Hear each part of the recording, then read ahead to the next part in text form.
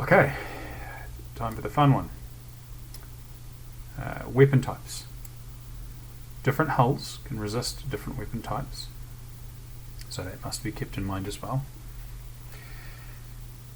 But the weapon types also have a range on them, and this is represented by the range that is optimal, and the range at which you have disadvantage, and the range at which, once you're outside of it, you're just not going to hit them anymore. This is indicative of how much space is being covered, how much distance is being covered as they are circling each other. Because if you can see someone shooting you from the moon, all you need to do is take a step to the right and you can avoid it. And the distances between these ships are massive. So the highest range at disadvantage before the shot just will miss belongs to energy weapons, which have a range of 20. Which means that a ship with crew members on weapons ready can fire the moment that another ship drops in, at disadvantage to hit.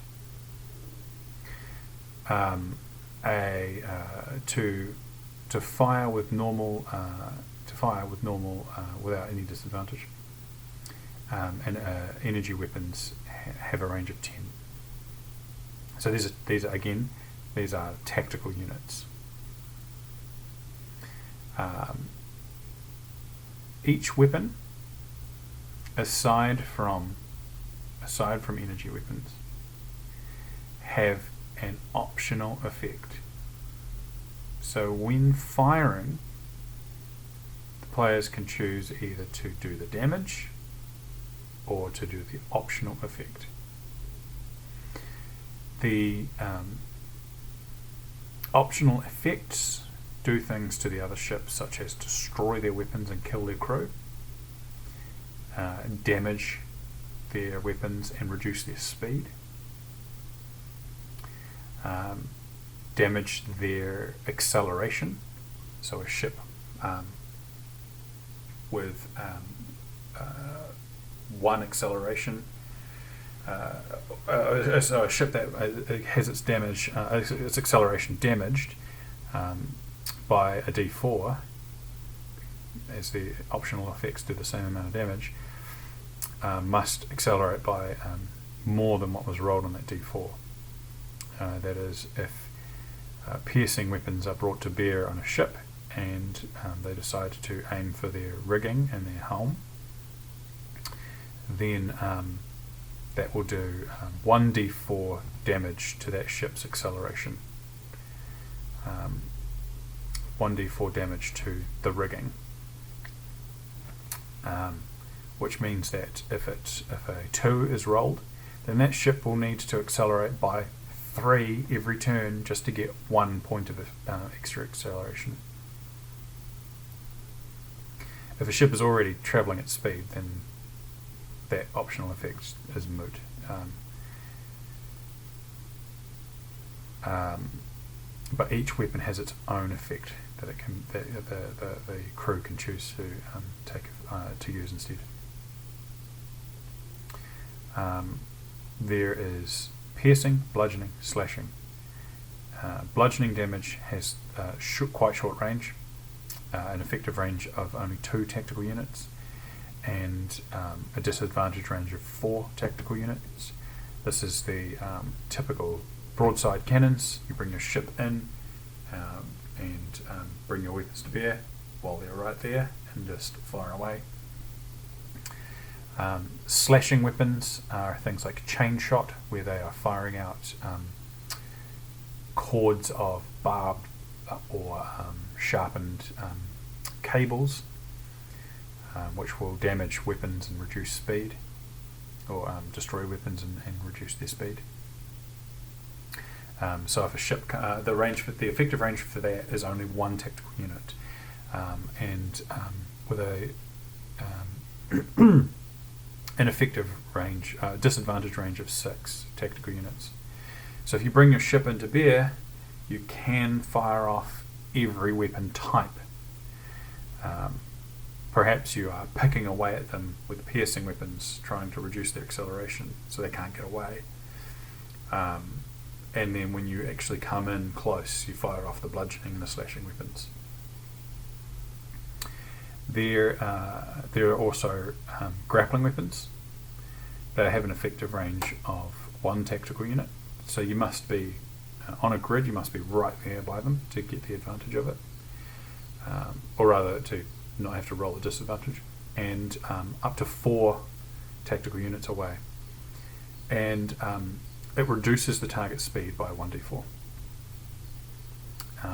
If they are halted, then they can be reeled in on the next turn, which basically means that you come in, you've been firing off your piercing weapons, which might be spears or harpoons or ballistae. You come in close and hit them with the bludgeoning and slashing to kill off their crew, damage their weapons, and then you hit them with the slashing with the grappling weapons, pull their ship in, and then if you have a dock, you can dock into their ship and your crew can board. The final type of weapon is, there's two more, but the one I'll talk about just now is impact. If impact weapons are installed, they have a range of 0. Your ship has to be inside the other ship for this weapon to affect. It's a ramming weapon, it's impact. And it initiates boarding instantly. Your crew knows we're going to slam into them. They prepare to dock instantly, and straight away on the next turn, or the next turn after that, they will be able to start using the docks to get into their ships. Impact is calculated by the d4 plus damage, plus speed for the damage. So if ships are travelling parallel, you subtract the defender's speed from your speed. So if their speed is higher, you're not going to do damage. You're not going to be able to hit them properly. The d4 means that you manage to. If the d4 pushes you over that limit, then and you do 1 point of damage, then you can dock instantly. Of course, they might take off the next turn, especially if you grappled them. But you need to do at least 1 point of damage before you can initiate boarding. If the ships are travelling perpendicular, so they get T-boned, then you only add the speed of the attacker to that d4. If they're travelling head on, then you add both of their speeds together plus the d4. The damage can't be resisted. There's no type of hull will resist it, because it aims to get in between hull plates and pop a hole in them, essentially. The d4 is also done to the attacking ship. So the speed damage is not done to the attacking ship, but the d4 damage is. So that is, if you've got 4 or less hit points left on your ship, there is the potential for you to wreck your own ship. And the attack roll, unlike weapons, is made by the helmsman, using their intelligence check and their proficiency with vehicles. So it would be a vehicles intelligence check.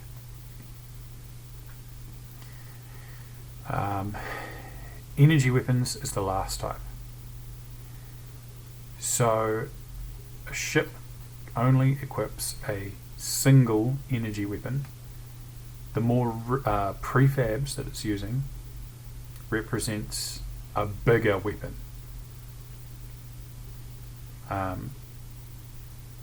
You have to decide what energy type you're going to have on it.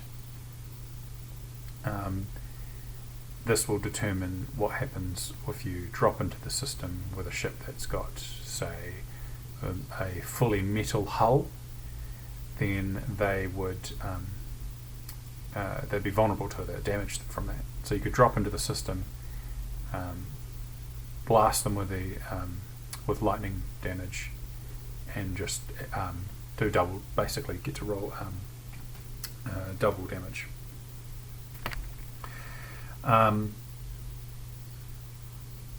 Alternatively, the weapon type can be changed.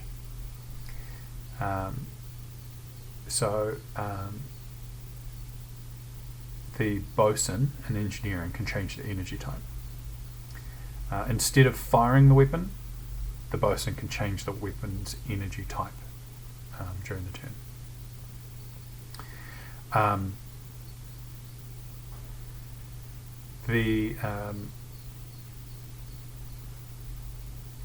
The only thing that the only energy type that requires anything special is psychic.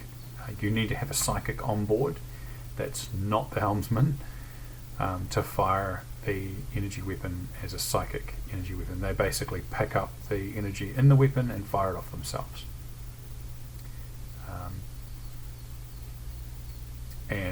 That directly targets the enemy's crew members and affects the number of crew members equal to the dice that are rolled, the d4. Additionally, I spoke on it before, but for every 5 prefabs of energy weapon, an extra d4 of damage can be added.